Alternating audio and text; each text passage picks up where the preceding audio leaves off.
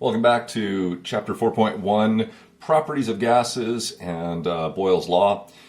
We got through one of the examples in the last lesson, converting kilopascals to atmospheres. In the next example, we want to go from another one, 140 millimeters of mercury, to kilopascals. And remember, on your data sheet, all right, you will find a whole bunch of different conversions. I'll just zoom in here.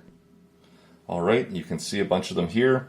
We have atmospheres, kilopascals, atmospheres, millimeters of mercury. There's another one for bar.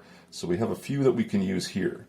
We want to go between millimeters of mercury and kilopascals. Well, if you take a look at those, they're both equal to 1 atmosphere, so that means 760 is equal to 101. So we can use this. So we start off with our factor label method. This is the way that I would love all my students to be doing their conversions whenever it's metric system. When we get into algebra equations, it's also a really good one to use. All right, so we have this, and ultimately we're just trying to get rid of the unit of millimeters of mercury. So because it's a numerator in the previous question, a denominator in this part of the problem will allow it to cancel itself out, and we can go to kilopascals. From that data sheet we were just looking at, we can see that 760 millimeters of mercury is equal to that rounded value of 101 kilopascals. So when we cancel out our units, we now have an answer in kilopascals, which is what we were looking for. It just has to go through your calculator.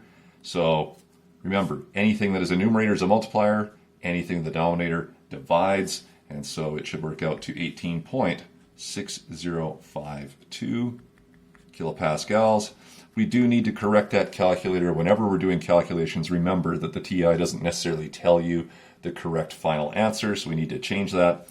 You had 3 digits with 140, so 1, 2, 3 digits. The 0 is the first one to drop, which means everything rounds down, and you get 18.6 kilopascals, being the equivalent for 140 millimeters of mercury. So far, so good. Let's move on. Let's take a look at a Boyle's Law problem. Now, in gas laws here, we can do these all through the factor label method, but when it comes to most of our gas laws, because they are just equivalent ratios, it makes a lot more sense just to use the formula that they describe for us, which does put the pressure on you guys to memorize. All right, so Boyle's Law is the relationship between pressure and volume. We learned back in the previous lesson. All right, we take a look at that graph again, that it is an inverse relationship. As the volume of a cylinder is decreased, the pressure of the gas in that cylinder would be increased upon those surfaces. So that inverse relationship equals a constant value.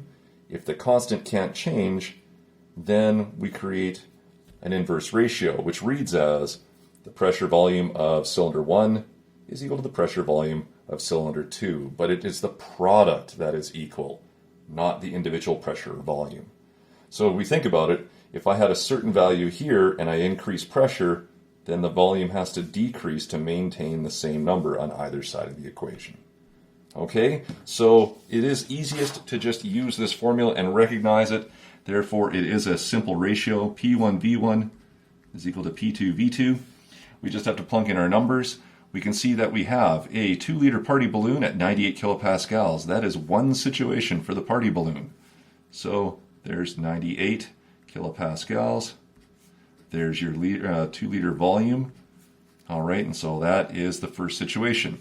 I now take this to the top of a mountain where the pressure drops to 75 kilopascals. What would be the new volume of this balloon? Okay.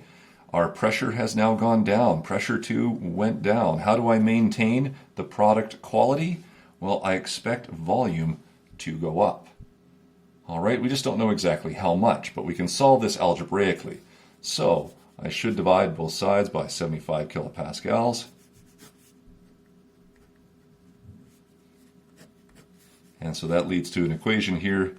The new volume is really just 98 kilopascals times 2 liters, all over 75 kilopascals. Look at your units. They cancel. You're just left with a volume in liters. Run that through your calculator, and volume 2 is 0.06 Whoops, I'm looking at the wrong one. Pardon me.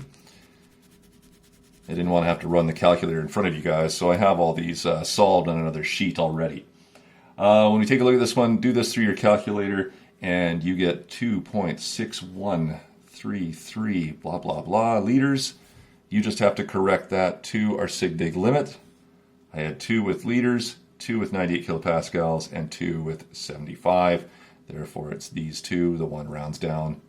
Sorry, I ran out of room here, and it is 2.6 liters as the correct answer. Hopefully that one went okay. All right, what I would encourage you guys to do is sort of pause your video here, try question number 4 on its own, and then you can take a look at this solution when you restart the video. Okay, so moving on with number 4. Again, this is just Boyle's law. We see that we have a marshmallow that has a certain volume, and the pressure of that gas is 0.987 atmospheres. What's the new volume of the marshmallow if I change the pressure to 80 kilopascals? You can see we have a bit of a unit issue, so that's going to have to be dealt with. So, again, Boyle's law is just P1V1 is equal to P2V2. It's a lot easier to use the ratios and memorize them for this part of gas laws, so that's why we're doing it this way. You can see that we have 0.987 atmospheres for that initial volume of 0.050 liters. That's going to be equal to the 80 kilopascal pressure now, and the new volume of the marshmallow. So we should convert one. It does not matter which one you convert, whether you go kilopascals to atmospheres or turn this one back into kilopascals, both will work. We just need to have pressure units in the same value so that the numbers work out as we would expect them to. Okay, so this can be done separately if you wish, or you can build it into your equation. But 0.987 atmospheres, if I convert that to kilopascals, I just have to go to my data sheet. And remember that 1 atmosphere was equal to 101 kilopascals when you look that up on the data sheet. Multiply that by the 0.050 liters, that's still equal to the 80 kilopascals and the new volume. So when we run this through, all right, that will work out to, this might get a little bit tough to see, but I'll do my best. 0.987 times 101 means you're just about 101. You can see that you're really, really close. Your atmospheres cancel, and the number your calculator would probably spit out for you is about 99.687 kilopascals. Multiply that by the 0.050 liters, sorry I ran out of room there, and divide that by the 80 kilopascals when you move this over and isolate for V2. V2 now becomes equal to 0.0623 ... liters. Do your significant digits, 3 for kilopascals, 3 for atmospheres, but only 2 for your liters, and your corrected answer is 0.062 liters. All right, we'll try and get through the last one here. This video might go a little over 10 minutes. I apologize, but we'll see if we can't get through this one. All right, we have another pressure-volume relationship here. Hydrogen has a volume of 300 mils at 1 atmosphere. I reduce the volume. What is the new pressure? So again, P1V1 is equal to P2V2. So put in our numbers. We have a 1 atmosphere pressure for a volume of 300 mils. You can see that's your first set of conditions for the gas, and now you're making a change for your second set. So what is the new pressure when you change this to 200 mils of volume? So I've essentially just pressed down on that plunger, and I've made the, let's say, syringe of this gas, much like the picture on the previous page, a little bit tinier. So I just keep going, and you can see that P2 would be equal to 1.00 atmospheres times the 300 mils, all divided by the 200 mils when you move this over.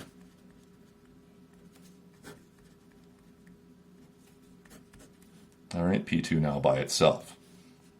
So run that through, and your calculator spits out 1.5 atmospheres, we should double check to make sure that this is going to be the correct sig digs. 3 for volume, 3 for pressure, 3 for volume, 2 on the calculator. It's lying to you again, so in this case we need to make it 1.50 atmospheres to match our precision.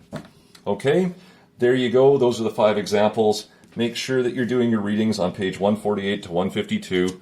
Try these 2 sets of questions. All right, and any ones that you're having difficulties with, remember there's solutions online in the content section. This will be in chapter 4. And you can also save any of these questions for our tutorial session on Friday afternoon. Okay, there you go. That is properties of gases and Boyle's Law.